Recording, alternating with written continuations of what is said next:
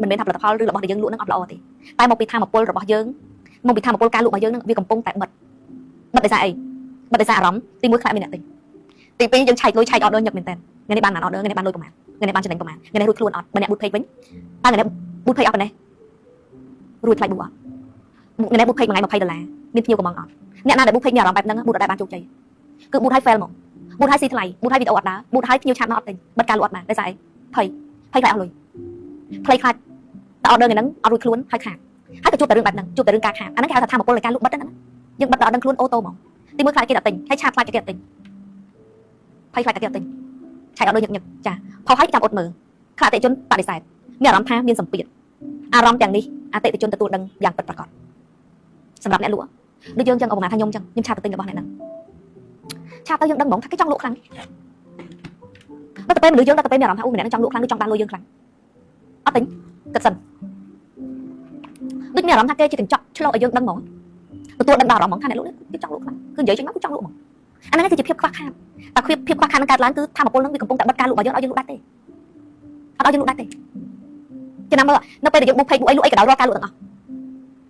ូដឹងលក់ដាច់អត់ថ្ងៃហ្នឹងគូនឹងបានភ្ញៀវមកអូថ្ងៃនេះបានបានបងឲ្យមើលលុយកញ្ឆេកកុំកញ្ឆេក order កញ្ឆេក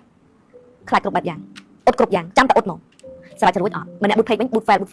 បុកអត់ទៅស៊ីថ្លៃវីដេអូអត់ដើរអត់មានភ្ញៀវបិទការលក់បានអ្នកខ្លះមានសេចូលបិទការលក់បានទៀតដោយសារធម្មពលក៏បិទបាត់ដែរអញ្ចឹងសួរថាធ្វើម៉េចអញ្ចឹងគេឲ្យយក reset ធម្មពលថ្មីបែបងាយ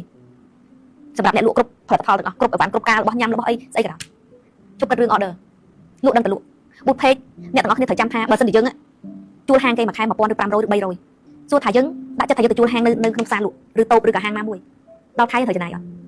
ចំណាយមួយខែ300 500 1000ទៅបីយើងលក់មិនបានក៏ត្រូវតែបង់ថ្លៃតូបថ្លៃទឹកថ្លៃភ្លើងទៅតែការ boot page យើងដូចមានការរំពឹងខ្លាំងមែនតើមកយើងអត់ប្រឡេកបានដូចហាងតែហាងក៏អញ្ចឹងទៀតបើសិនតែទៅលក់ហើយ boot page ខ្លាចដល់ខែមានលុយបង់ថ្លៃផ្ទះលក់ដាច់ទេហើយអត់មានលុយបង់ទេនៅបាន3ខែតនេះរត់បាត់ហើយ extract ស្រូបទាញអតិថិជនមកអត់បានអតិថិជនមកគ្មានទៅចូលអត់ចូលមនុស្សយើងធម្មពល vibration ហ្នឹងវាបុករោគ្នាណាហើយបើកន្លែងគេស្បុកស្ដំវិញនិយាយពីថាភ្ញៀវបុកទៅភ្ញៀវបំបុកទិញត្រង់ជួក៏សុខចិត្តអង្គុយចាំក៏សុខចិត្តទាំងកន្លែងផ្សេងក៏លក់ស្រៀងយើងដូចយើងគេមិនចូលគេមិនទៅគុំថាការលក់ដូរប្រើច្បាប់ស្រូបទាញខ្លាំងហ្មងមិនមែនប្រើធម្មតាប្រើខ្លាំងទៀតបើយើងប្រើអារម្មណ៍បិទខ្វះខាតទៅលក់យើងគេហៅថាធម្មពលការលក់ហ្នឹងបានបិទស្និទ្ធមកហើយចូលមកមួយយើងមួយមកទៀត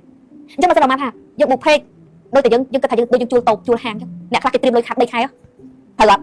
ក្បាច់អ្នករ៉ូស៊ីក្បួនអ្នករ៉ូស៊ីគេត្រៀមខ្លួនខាត់3 4 5ខែមែនទេការរ៉ូស៊ីគេត្រៀមចិត្តឬគេធ្វើចិត្តបានណាដល់ពេលអ្នកត្រៀមចិត្តហ្នឹងទៅចម្រើនណាដល់ពេលអ្នកអូយភ័យផងអផងគិតថាអីដឹងដាច់អីចេញចុះដឹងដាច់គិតវិជ្ជមានគ្នាតែក្នុងចិត្តភ័យថាវាមិនចុងក្រោយបិទមែន3ខែអត់ទាន់បិទដាក់ចាអញ្ចឹងឈប់ក៏រឿង order បន្តទៅទៀតខ្ញុំមិនបានលក់ដើម្បីតែលុយមកមុខទេខ្ញុំលក់ដើម្បីជួយអតិថិជនអានេះយើងធ្លាប់រៀនមកជាប្រចាំហើយលក់ដើម្បីការជួយអីមួយជួយសម្រាប់ស្អាតផលិតផលយើងល្អលក់បានគុណភាពតម្លៃល្មមសម mindset សំខាន់ភ្លេចអស់នៅខាងរៀនការលក់យូរហើយចា mindset សំខាន់លក់ដើម្បីជួយអតិថិជនហើយយើងជឿថាចាំតទៀតចាអញ្ចឹងគេឲ្យយើងបដូរពាក្យក្នុងខួរក្បាលរបស់យើងពីនឹងមានអ្នកទិញឬអត់មកនឹងមានអ្នកទិញឬអត់ចាមកអីយើងនឹងលក់បានចាមានអ្នកទិញឬអត់ឬលក់បានឬអត់មកបដូរជាមានអតិថិជនកំពុងតែចាំទិញផលិតផលរបស់ខ្ញុំគ្រាន់តែណែនាំតែប៉ុណ្ណោះមានន័យថាយើងមានតួនាទីណែនាំនឹងមានអតិថិជនមកយើងមានតួនាទីណែនាំអ្វីដែលយើងដឹងខ្ញុំអត់មានសរសើរអ្នកណាខ្ញុំសរសើរតែមីងសុភីលក់ថ្នាំអត់ថ្មិញ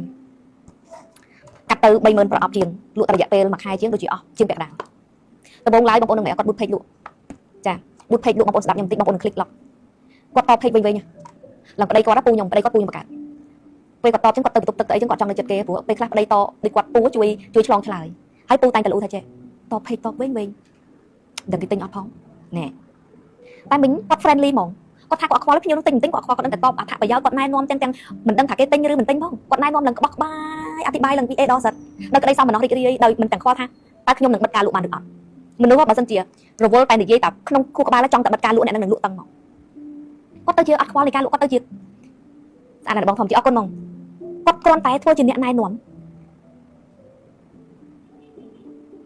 ំនៅពេលគេឆាតសួររឿងថាថ្មីឬឆាតសួររឿងកាហ្វេឬអីគាត់គ្រាន់តែជាអ្នកណែនាំឲ្យអតិថិជនដោះស្រាយបញ្ហាអតិថិជនដែលអតិថិជនមានណែនាំពីនេះពីនោះដែលគាត់ដឹងគាត់និយាយឡើងអស់ដែលគាត់មិនតឹងរំពឹងបងប្អូននឹងគាត់លក់ខ្លាំងណាស់លក់រីខ្លាំងណាស់ព្រោះមានមួយរយៈកូនក្រុមគាត់គឺធ្លាក់សឹងតែអត់សងកំងបានតែគាត់នៅគាត់តែបានមកមុខ3000 5000ប្រអប់ហ៊ានកាត់តាមថ្មីដល់3 40000ប្រអប់ម្នាក់ឯង30000ជាងប្រអប់ច